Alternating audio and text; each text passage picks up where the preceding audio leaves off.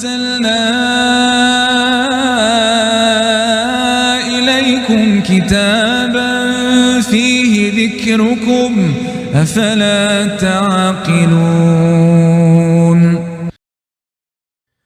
الحمد لله رب العالمين والعاقبة للمتقين ولا عدوان إلا على الظالمين والصلاة والسلام على سيدنا محمد خاتم الأنبياء والمرسلين صلى الله عليه وعلى آله وأصحابه أجمعين وعلى من تبعهم من المسلمين إلى يوم الدين.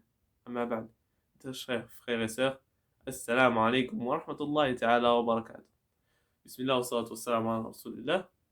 Moussa alayhi salam est monté sur la montagne pour parler avec Allah Azza wa Jal. Et Allah Azza wa Jal avait ordonné à Moussa alayhi salam, avant qu'il ne monte sur la montagne, de dire et de rappeler aux Banu Israël les bienfaits de leur Seigneur, qui les sauva du méchant Pharaon et de son peuple. Et Allah Azza wa Jal ordonna aussi à Moussa alayhi salam d'ordonner aux Banu Israël de tout simplement se purifier, qu'ils se lavent et qu'ils lavent aussi leurs vêtements et qu'ils se préparent au 3e jour. Ou tout simplement, ils devraient aller autour de la montagne et que personne ne s'approche de lui. Et si quelqu'un désobéit, il mourra tout simplement. Même si c'est des animaux, tant qu'ils entendent le son de la corne. Et s'ils n'entendent plus le son de la corne, alors à ce moment-là, il leur est permis de monter sur la montagne et de s'approcher de Moussa alayhi salam.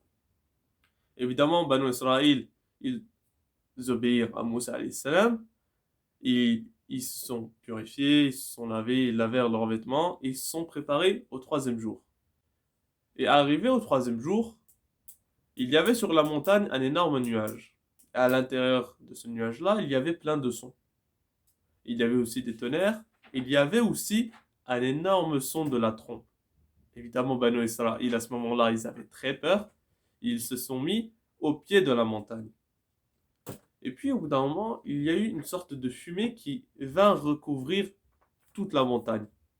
Et on pouvait voir au milieu une sorte de barreau constitué de lumière. Et la montagne commença à trembler, un énorme tremblement.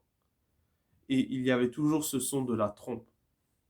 Et pendant ce temps-là, Moussa alayhi salam était en train de parler avec Allah Azza wa Jal, qui lui donnait tout simplement les 10 commandements.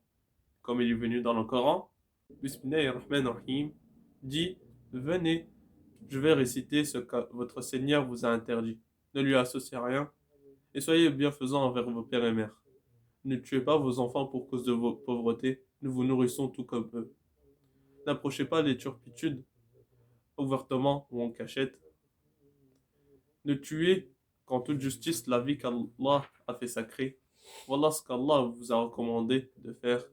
Peut-être comprendrez-vous. Et ne vous approchez des biens des orphelins que de la plus belle manière jusqu'à qu'il ait atteint sa majorité. Et donnez la juste mesure et le bon poids en toute justice, nous n'imposant à une âme que selon sa capacité. Et quand vous parlez, soyez équitable, même s'il s'agit d'un proche parent, et remplissez votre engagement envers Allah. Voilà ce qu'il vous enjoint, peut-être rappellerez-vous. Sadaqallahu al-Azim. C'est la fin de la vidéo, Inch'Allah. Dans la prochaine vidéo, nous continuerons l'histoire de Moussa alayhi salam. اللهم اهدنا واهد بنا واجعلنا سببا لمن اهتدى وصل الله وسلم على سيدنا محمد وعلى آله وأصحابه أجمعين وآخر دعوانا أن الحمد لله رب العالمين.